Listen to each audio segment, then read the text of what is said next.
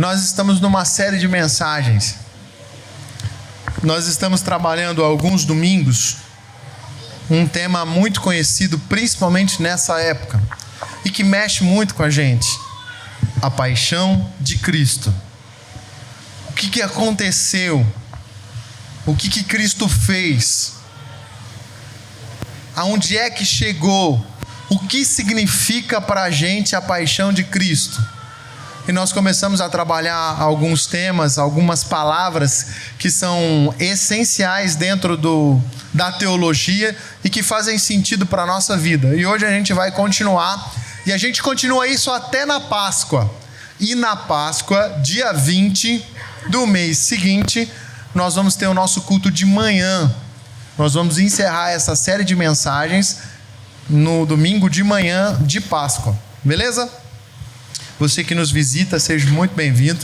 Fique à vontade. Essa é a casa do Pai, essa é a sua casa, então é seu, é nosso. Bem? Vamos orar antes da gente seguir? Eu quero ler alguns textos com vocês, mas eu queria orar já para a gente seguir. O irmão Vermelho tem gravado as nossas mensagens e feito alguns cortes. Isso deve ir para frente junto com ele e a irmã Angélica. Tá me deixando chateado, Tereza, porque eu tenho parecido mais gordinho do que eu sou, e eu acho isso uma injustiça.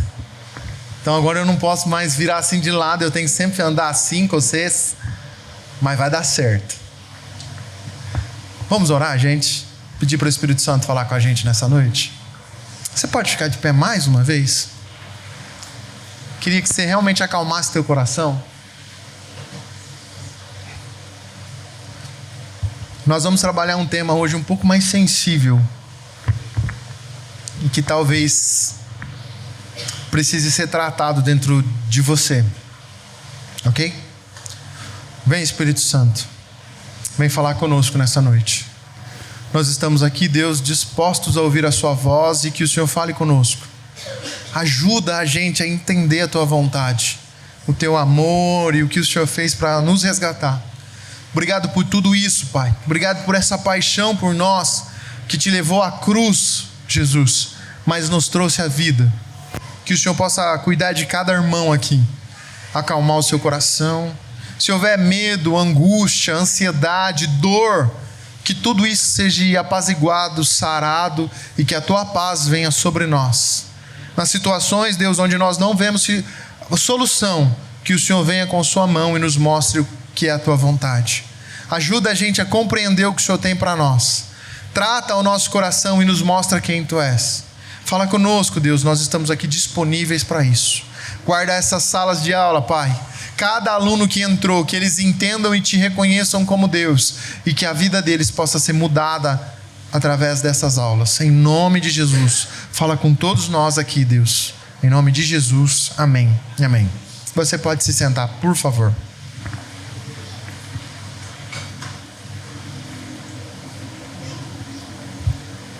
Bom, deixa eu te localizar. Por que a gente está nessa série de mensagens? Para a gente entender um pouco da nossa fé, para a gente entender algumas questões e aproveitar algumas coisas que Deus nos deu. Deixa eu fazer uma revisão rapidinho de tudo que nós falamos até hoje. E vai ser bem rápido para você se ligar e entender. Você que não veio aqui até hoje vai entender de uma forma bem simples. Pois Deus, então, cria um homem e os coloca lá no jardim. E o plano era muito bom e tudo era perfeito. Deus criou um homem perfeito, sem pecado. E Deus tinha um relacionamento muito presente com o homem. Deus visitava o homem, falava com o homem, e o homem tinha cuidado de todo aquele jardim. Ele vivia daquilo, ele comia aquilo, e tudo era muito bom, exceto que ele não poderia comer o fruto do conhecimento do bem e do mal. E aí vocês já sabem o que aconteceu. A história é clara. O homem e a mulher caíram. Eles pecaram. E o pecado que eles cometeram tirou aquela ligação que eles tinham. O homem e Deus eram ligados, eles tinham um relacionamento, eles eram juntos, eles viviam juntos. E agora o pecado entra e separa isso. Há uma inimizade entre Deus e o homem. E a consequência do pecado era a morte. Para que essa ligação de Deus com o homem fosse restaurado, era necessário a morte, o derramamento de sangue. Daí vocês se lembram que o Antigo Testamento vem falando sobre os sacrifícios, onde os sacerdotes sacrificavam animais, de certa forma puros, para perdão dos pecados. Mas isso não dá muito certo, porque o homem não consegue perceber o seu pecado, e ele não, aquela morte daquele inocente já não constrange mais o coração do homem, e aquilo se torna um ritual. Então Deus cessa aquilo e vem Jesus, o sacrifício perfeito, aquele que paga todos os pecados. E aí nós falamos na seguinte sequência: a primeira palavra que nós tratamos aqui foi expiação. E a expiação é quando Jesus toma o nosso pecado e paga por ele. Lembre-se que a consequência do pecado era a morte. E o que Jesus faz? Morre em nosso lugar. Eu dei um exemplo aqui muito simples. É como se a gente estivesse numa fila para pagar a nossa conta com a nossa comanda na mão, e Jesus chegasse e pegasse a comanda da nossa mão e fosse lá e pagasse a nossa conta. Foi isso que aconteceu. O Senhor pagou a nossa conta, certo? Bom, a segunda palavra que nós falamos foi justificação. E esse ato vem do próprio Deus, mediante a nossa fé em Cristo Jesus. Por quê?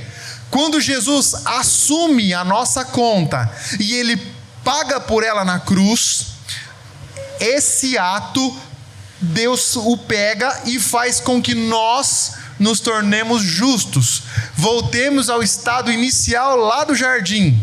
Então, você compreendeu o que aconteceu? Jesus paga o nosso pecado, Deus olha aquilo e aquilo nos torna justo mediante a nossa fé em Cristo Jesus. Mas não parou por aí. Por quê? No domingo seguinte nós falamos de outra palavra, a reconciliação. E agora é um ato do próprio Deus para conosco.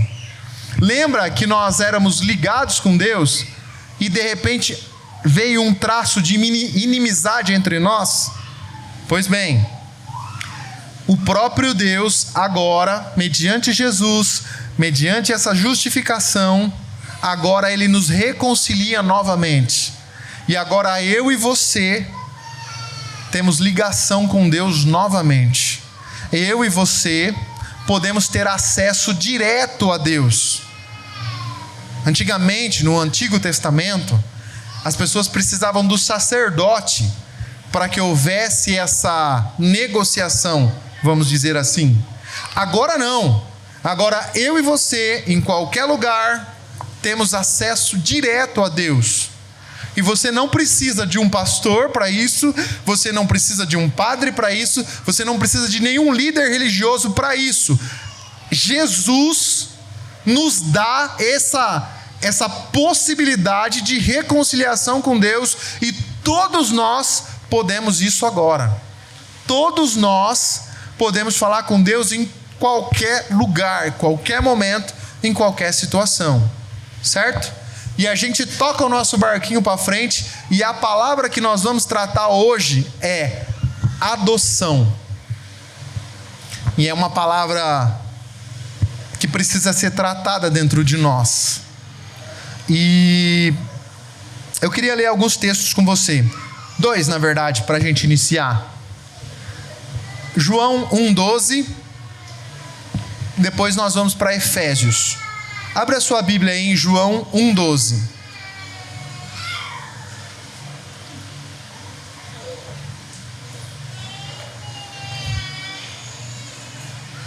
João 1,12. Assim que você encontrar, se você quiser ficar de pé para a gente ler junto, vai ser bem bacana. João 1,12 diz o seguinte: contudo, aos que o receberam, aos que creram em seu nome, deu-lhes o direito de se tornarem filhos de Deus. Contudo, aos que o receberam, aos que creram em seu nome, deu-lhes o direito de se tornarem filhos de Deus. Graças a Deus por isso. Graças a Deus por isso. Que nós cremos em Cristo Jesus e agora nós somos feitos filhos de Deus. Abra agora em Efésios 1:5. Efésios 1:5.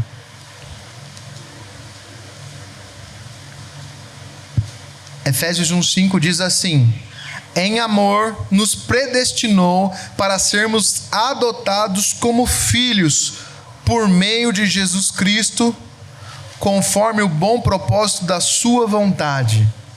Veja bem, em amor nos predestinou para sermos adotados como filhos por meio de Jesus Cristo, conforme o bom propósito da sua vontade.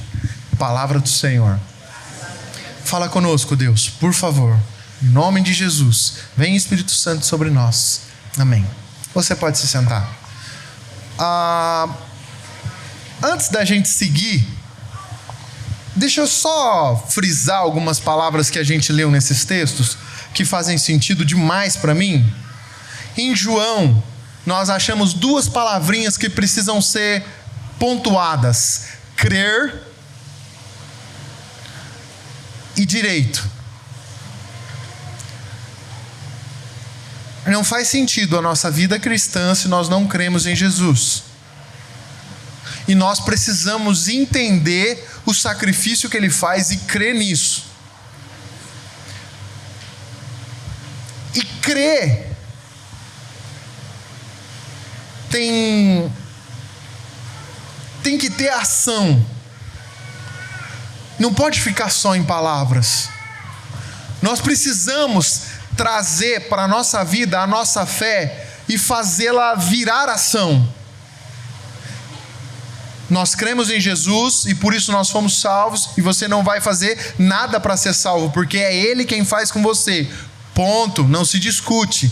Mas o fato de eu estar salvo faz com que eu me mova no sentido do que o próprio Jesus me pede: amar a Ele sobre todas as coisas e amar ao meu próximo. Crer. E a pergunta para começar o nosso domingo é: como é que está a tua fé? A segunda palavra desse mesmo texto que aparece, e ela é um pouco perigosa nos dias de hoje, é direito. Porque a sociedade que nós vivemos, ela traz de uma forma brutal e maravilhosa a palavra direito. E todos têm direitos. O que fica para trás são os deveres. Mas os direitos estão aí. E todos nós temos. E ai quando alguém pisa em algo que é direito nosso. Mas que direito é esse? É o direito de poder estar na presença de Deus, de poder ser colocado como filho. O sacrifício que Ele faz quando está diante da nossa fé no próprio Jesus nos dá o direito de estar com Ele. Não é o direito de uma vida de bênção, de uma vida de riqueza, de uma vida de conquista, de uma vida de glória. É o direito de estar com Deus. E as pessoas estão confundindo o direito de estar com Deus com o direito de uma vida abençoada. Não que Deus não vai abençoar a nossa vida, e Ele vai, porque nós somos filhos, e os pais fazem bem aos seus filhos. Mas essa não é a questão é que nós temos direito de estar com Ele.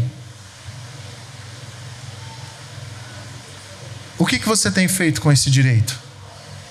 No segundo texto que nós lemos, aparece uma palavra muito usada nos relacionamentos, chamada amor. E o que é o amor de palavras? Ele é romântico, ele é lindo, ele nos faz chorar. Mas o amor sem ação é apenas uma palavra, parecido com a fé. E para o amor, eu faço a pergunta que fiz nos últimos domingos: como você tem respondido o amor de Deus pela tua vida? O que você tem feito com o amor de Deus que te torna filho dele? O que você tem feito? Gente, vamos seguir a nossa vida. E a palavra de hoje é adoção. E vocês perceberam nos 2 textos que nós lemos, e há outras imensas referências que nos trazem esse privilégio e essa graça e essa situação que só poderia vir de Deus sobre nós, da adoção. Nós somos adotados como filhos de Deus.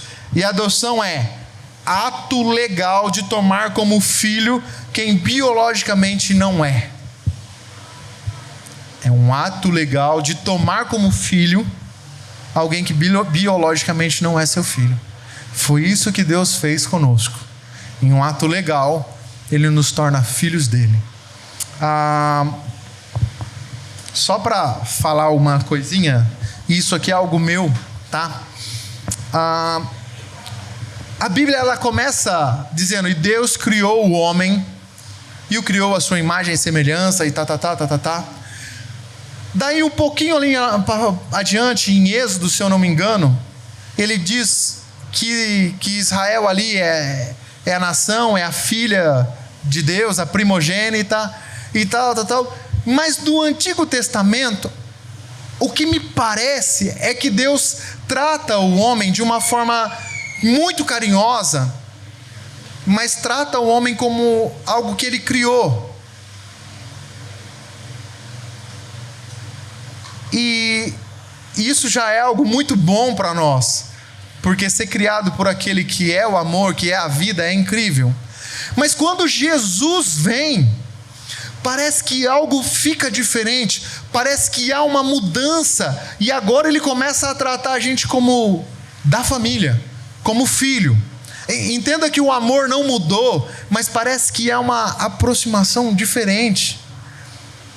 E talvez você vai falar assim: Mateus, mas eu acho que você está falando um negócio aí que é da sua cabeça. E é da minha cabeça, porque essa é a impressão que me dá quando a gente trata esse Antigo Testamento, como se Deus cuidasse da gente, tivesse um amor intenso e tivesse um cuidado superior.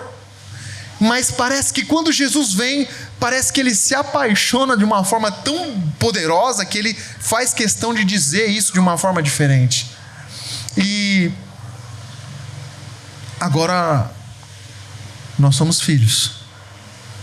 Antes criatura, mas agora filhos. Para falar da adoção, as coisas mudaram no nosso mundo, isso é óbvio. Mas há alguns anos atrás, e não poucos, mas também nem tantos quanto você está pensando, a minha família era uma família, como que chama, irmã Santina? Família base, quando recebia as crianças, que não tinha casa-abrigo, como é que chamava aquilo? Casa de apoio.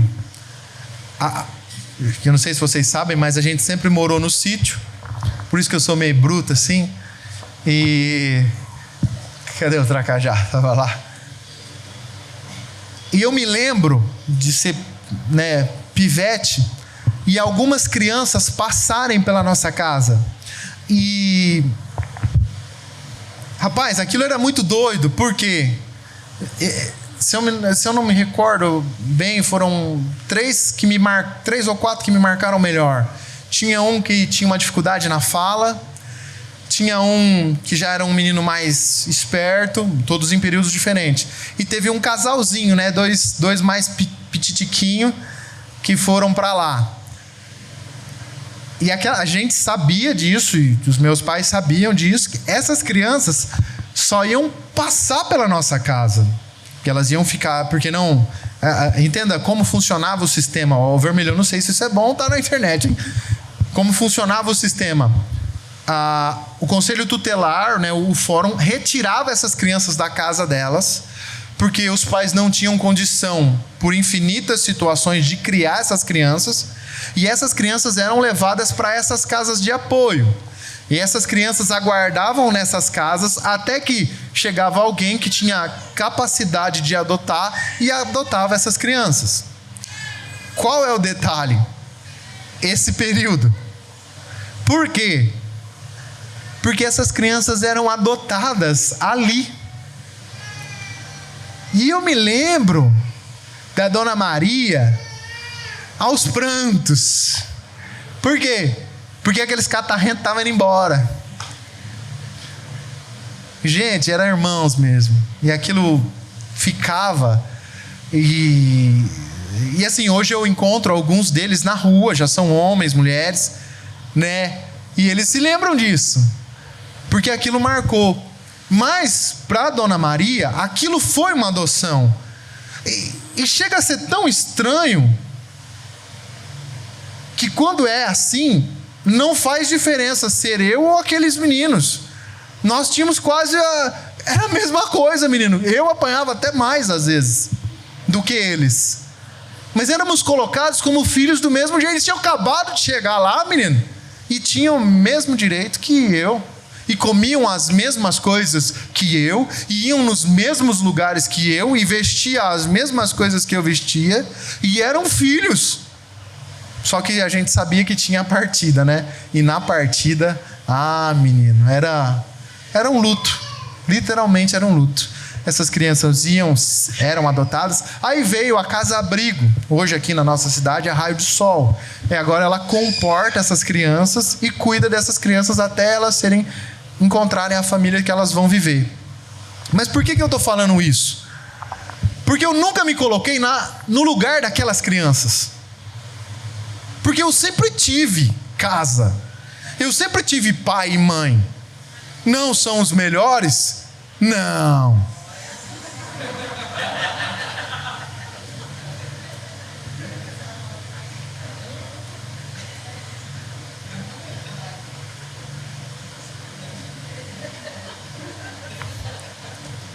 São muito bons.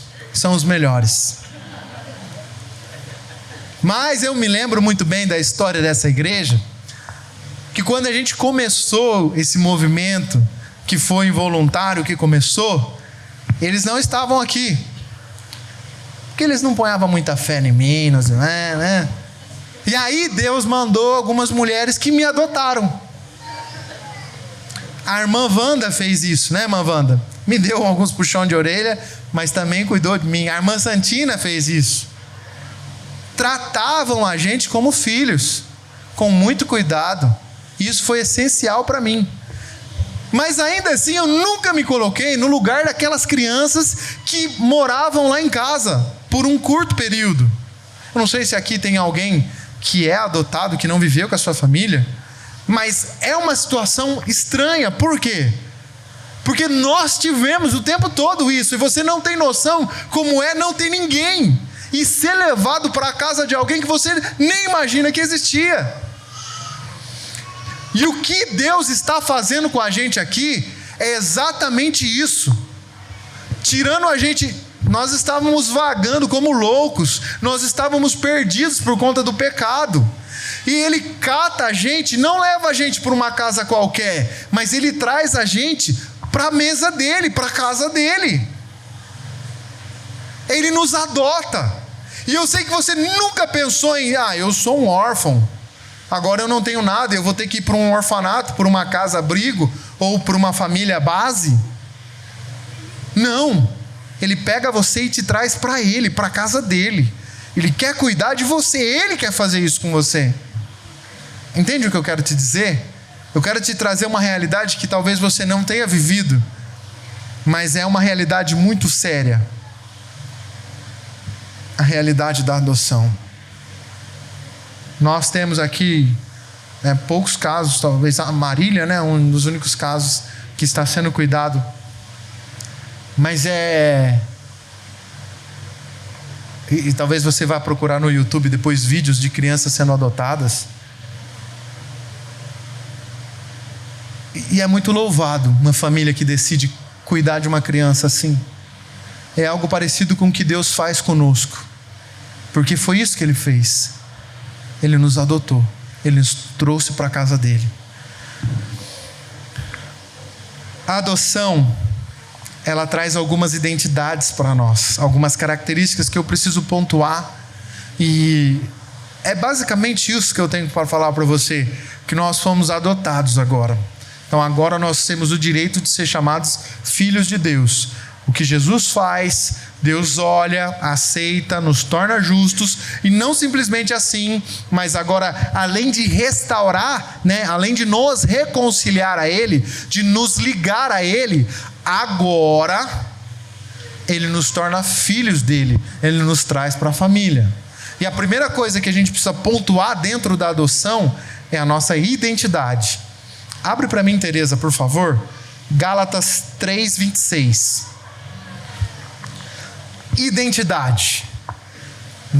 Nessa adoção, agora nós ganhamos uma identidade. Agora nós temos um sobrenome. Agora nós fazemos parte de uma família. E eu não sei se você está se sentindo excluído, se você está se sentindo perdido, se você não consegue achar o teu lugar. Mas eu preciso dizer para você que Cristo nos adota, que próprio Deus nos adota e nos traz para a família dele, e nos dá um sobrenome. Agora eu e você temos uma identidade. Nós não somos qualquer um, nós somos filhos de Deus. Por favor, Tereza, Gálatas 3:26.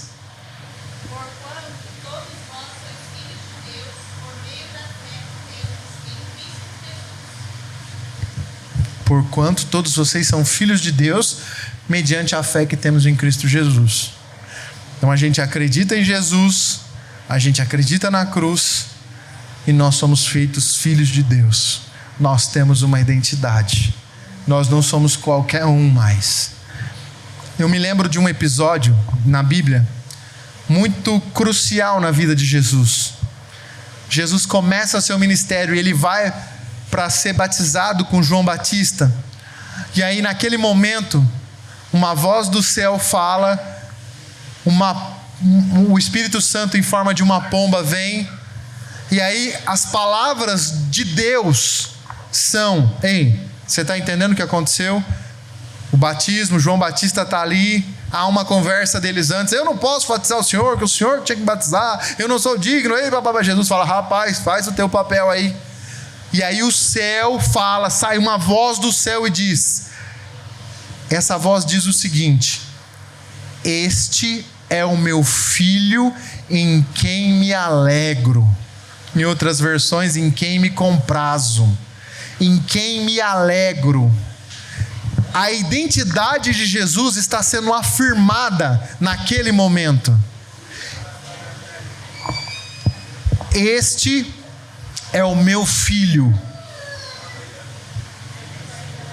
Às vezes, as distrações da vida, às vezes, os problemas do nosso dia, às vezes, as guerras que a gente luta, as derrotas que a gente sofre, faz com que a gente se esqueça de quem nós somos.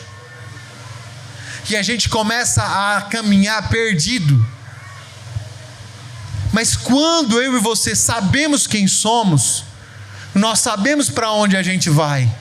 Jesus Cristo recebeu essa afirmação do próprio Deus, dizendo: esse é meu filho. E não é estranho isso, porque o próprio Jesus, ele sabia quem ele era, ele sabia o que ele tinha que fazer, ele sabia o que estava acontecendo, mas Deus faz questão de afirmar para ele: você é meu filho. E ele faz questão de dizer isso para mim e para você, que nós somos filhos dele.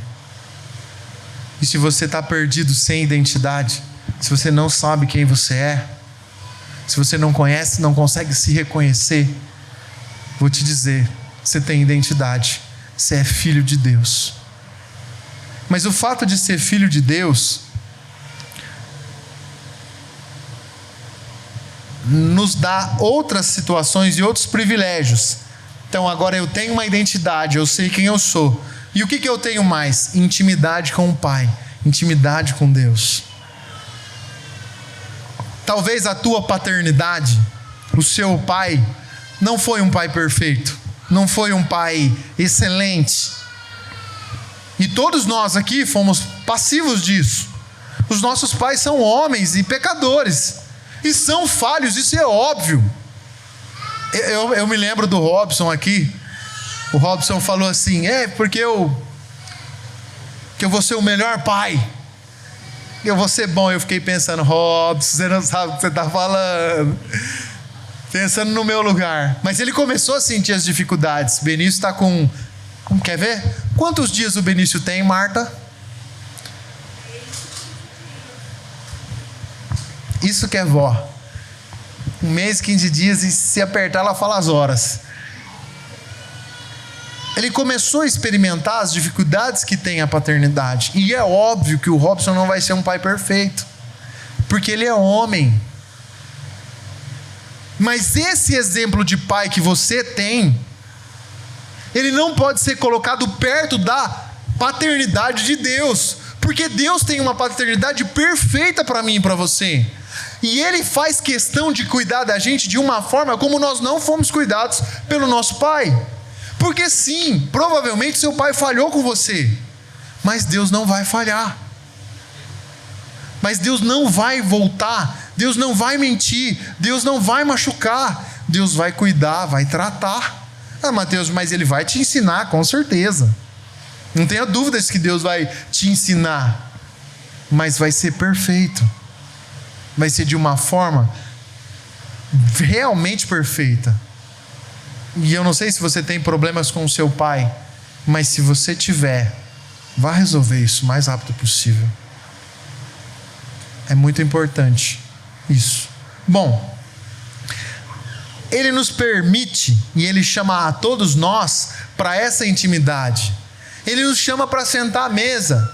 Ele nos fala, Ele nos convida: quando vocês comerem e beberem em minha memória, lembrem-se do meu... Ele nos chama para estar com Ele, junto dEle, participar dos momentos íntimos. E momentos íntimos se vive com a família.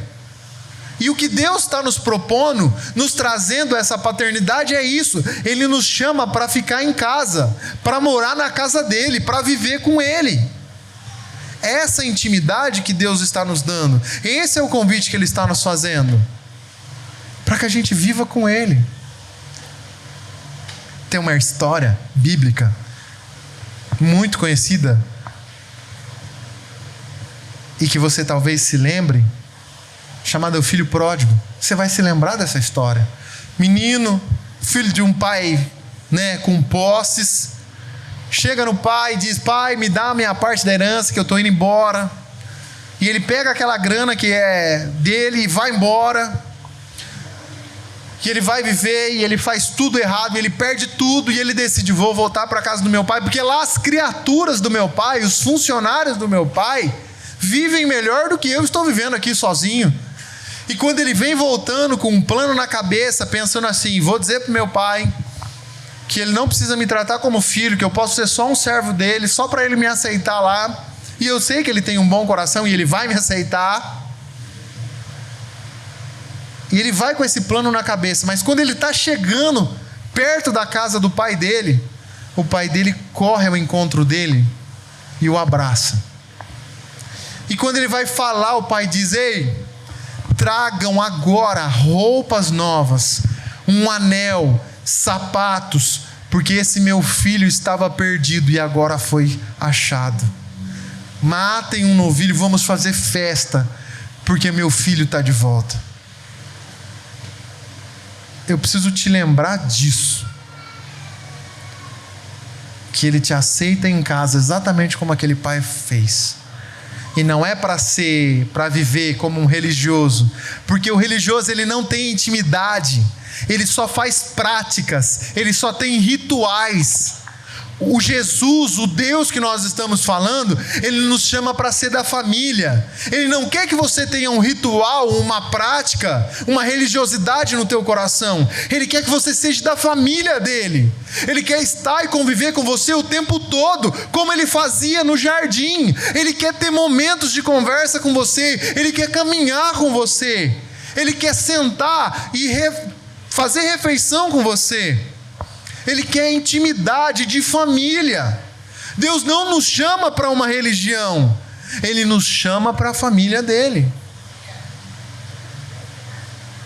E de certa forma, quando eu olho para a gente, nessa estrutura, sem estrutura, eu me alegro.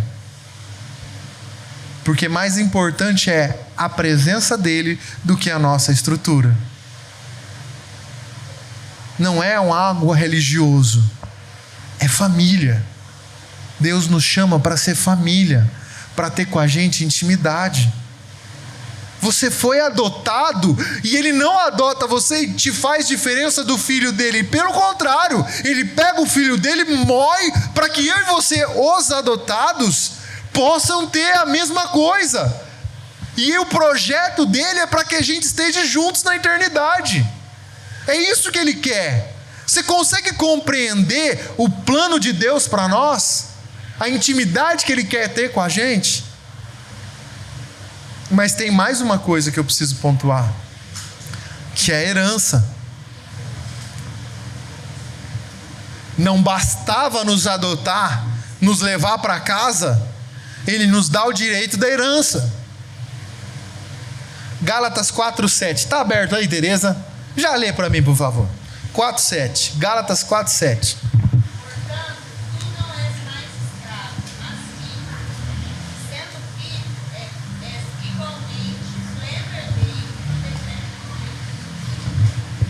Lê de novo para mim, Tereza. Presta bastante atenção no que esse texto está dizendo para mim e para você. Vá. Portanto, não és mais escravo, mas filho. E sendo filho, és igualmente pleno herdeiro por decreto de Deus. Compreende o que aconteceu? Nós temos direito a uma herança eterna. É um decreto de Deus. Não bastava nos fazer filhos e nos trazer para morar na casa dele. Agora Ele nos dá um sobrenome e direito de herança. É isso que Deus fez com a gente. É isso que Ele está fazendo. É essa adoção que Ele tem para nós. Não é palavra, é uma ação. É um ato mais do que poderoso de consistência e realidade. A nossa herança é eterna. O que nós vamos ganhar, o que nós vamos receber no final é eterno e não se acaba. E é com intimidade com Ele, porque Ele vai estar conosco. Nós podemos ser chamados filhos de Deus por conta dessa adoção. Gente, o dia foi para te lembrar que você é filho de Deus, que Ele te resgatou e te adotou, e agora Ele te dá o direito de estar com Ele, na presença dEle, e ter a herança dEle sobre a tua vida. Eu queria orar com você agora. Queria te convidar a ficar de pé.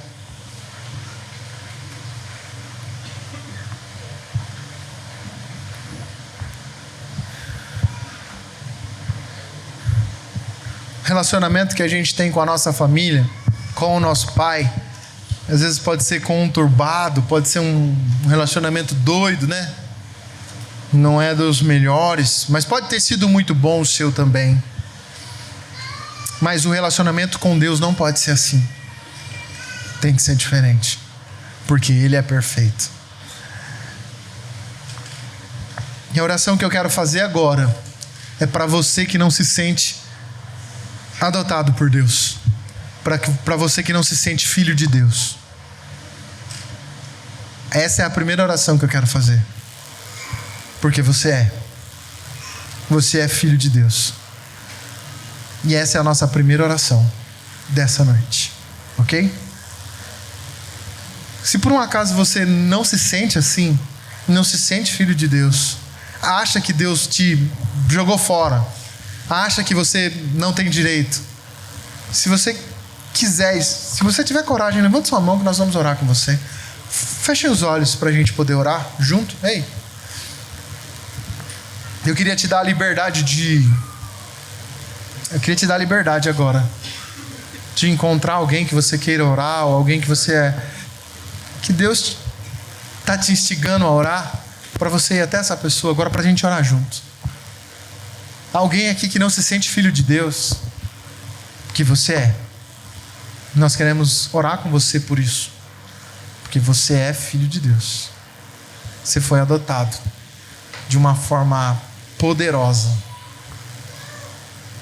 Vem, Espírito Santo, sobre nós. Vem. Vem sobre nós.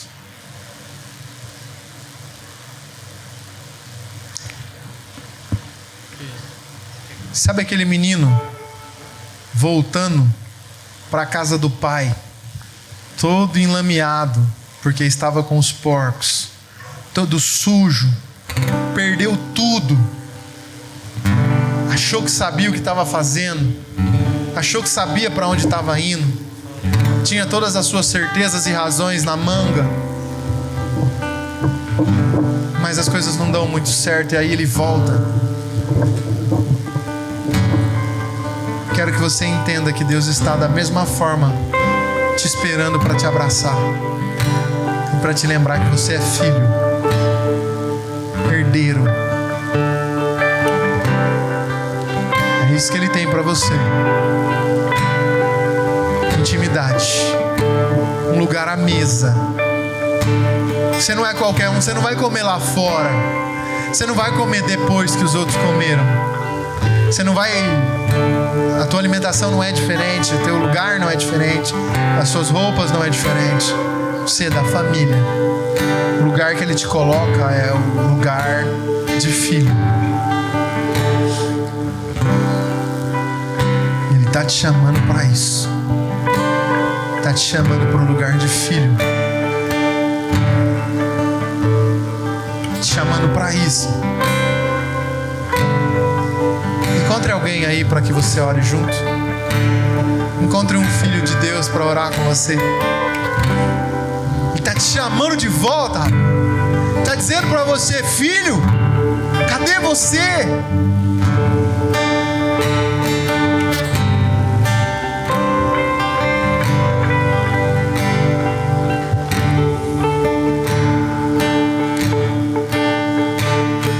Encontrem-se.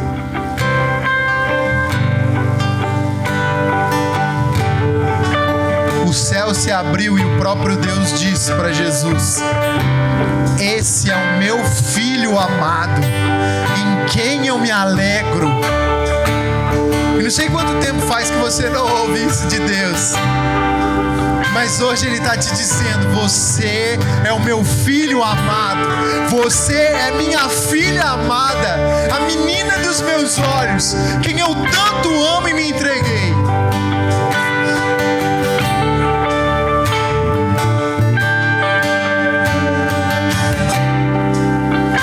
Espírito Santo, vem, Espírito Santo.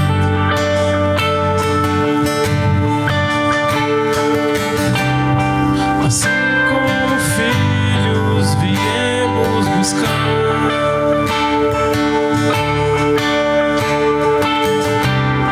em tua presença a vida encontrar.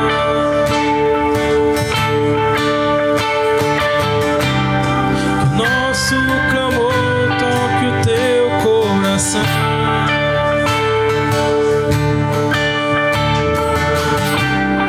Que te encontremos a transformação. Clamamos, vem Santo Espírito, vem com poder, vem habita entre nós, faz o teu reino crescer. Vem como vento, vem nos reger, governa nossas vidas, vem nos encher outra vez.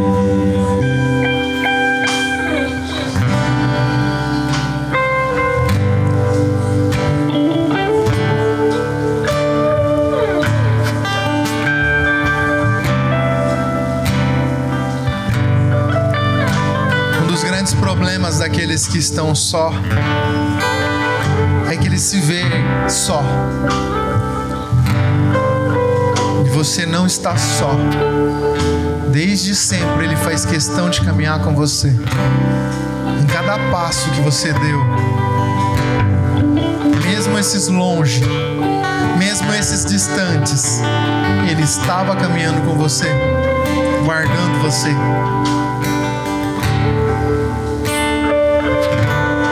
Ele está te chamando para sentar com ele. Ele está te convidando para vir com ele. Está te convidando para ter intimidade com você. Ele quer te abraçar. Ele quer te apertar. Ele quer te chamar de filho. Ele quer te oferecer o carinho de pai. Ele quer te oferecer a proteção do pai. Ele quer te oferecer o cuidado. Ele quer te prover como pai. Ele quer mostrar para você que ele é Deus sobre a tua vida. E mais do que essa expressão, ele é pai, que cuida, que sustenta, que abraça e que carrega no colo. É isso que ele é. Ele é um pai que te sustenta.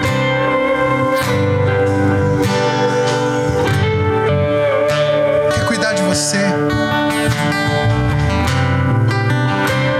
Quer cuidar de você.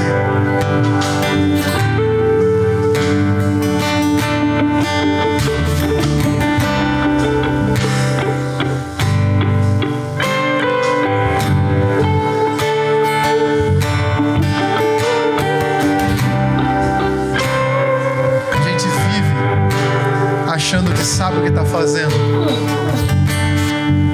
correndo atrás daquelas coisas. E o Senhor está do nosso lado. Não pare. Não é para você parar, mas é para você observar o teu pai do teu lado, sempre cuidando de você, sempre te dando a direção. Vamos encerrar esse momento. Será que a gente pode encerrar junto? Você pode chegar perto das pessoas, fechar o corredor aí, que seja.